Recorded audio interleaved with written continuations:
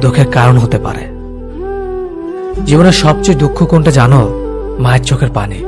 জীবনের সবচেয়ে মূল্যবান সম্পদ হলো মায়ের ভালোবাসা। নিজে ভালো থাকলেই ভালো, কে কি করলো তাতে কান না দেওয়াটাই ভালো। মনে রাখবেন, যে কথায় আছে, নিজে ভালো তো জগৎ ভালো। একটু ভরসা পেলে সাধারণ মানুষও অসাধারণ কাজ করতে পারে। শুধু প্রয়োজন একটু বিশ্বাস আর ভালোবাসা। যে নিজের কষ্ট ভালোভাবে বুঝতে পারে সে অন্যকে কিছুতেই কষ্ট দিতে পারে না, কারণ সে জানে কষ্টের মতো বিষাক্ত জিনিস এই পৃথিবীতে আর কিচ্ছুই হয় না। একটা পচা আলো অনেকগুলো ভালো আলোকে নষ্ট করে দেয়, তেমনি একটা খারাপ মানুষ একাধিক ভালো মানুষের জীবন নষ্ট করে দেয়। সম্পর্ক যত গভীর হবে আঘাত তত বড় হবে। ছেলেরা সাধারণ নিজেদের কষ্টগুলোকে কারো কাছে বলে বেড়ায় না।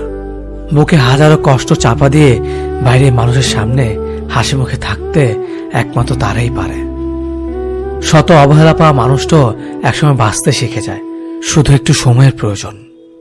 ভালো মানুষগুলো সবচেয়ে বেশি কষ্ট পায়, কারণ তারা সবাইকে নিজের মতো ভালো মানুষ মনে করে।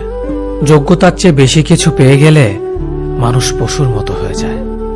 হয়তো একটু দেরিতে বুঝেছি, কিন্তু ভালোভাবেই বুঝতে পেরেছি প্রয়োজন ছাড়া কেউ কারোর সাথে কথা বলে না। নিজেকে কখনো কারো কাছে ভেঙে চুরে প্রকাশ করতে নেই, এতে অবহেলা বাড়ে দ্বিগুণ। যার সঙ্গে তুমি হেসেছ তাকে তুমি ভুলে যেতে পারবে, কিন্তু যার সঙ্গে তুমি কেঁদেছ তাকে ভুলে যেতে পারবে না। যে ব্যক্তি আত্মবিশ্বাসীভাবে ভালোবাসতে পারে, আবার সেই ব্যক্তি আত্মবিশ্বাসীভাবে ঘৃণাও করতে পারে। কারণ একটা সুন্দর আয়না ভাঙার পর অস্ত হয়ে যেতেও পারে।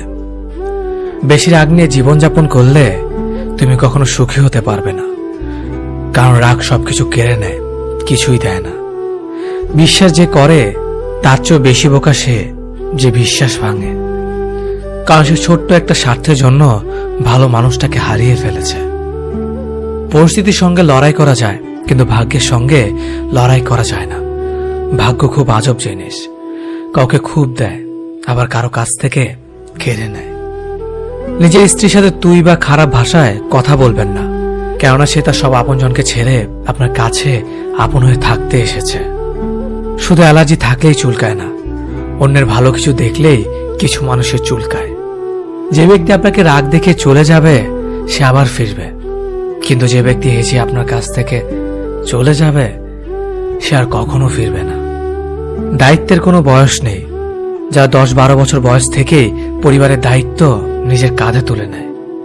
আবার এমন অনেক মানুষ আছে যারা পরিণত বা প্রাপ্ত বয়স্ক হওয়া সত্ত্বেও দায়িত্ব থেকে পালিয়ে বেড়ায়।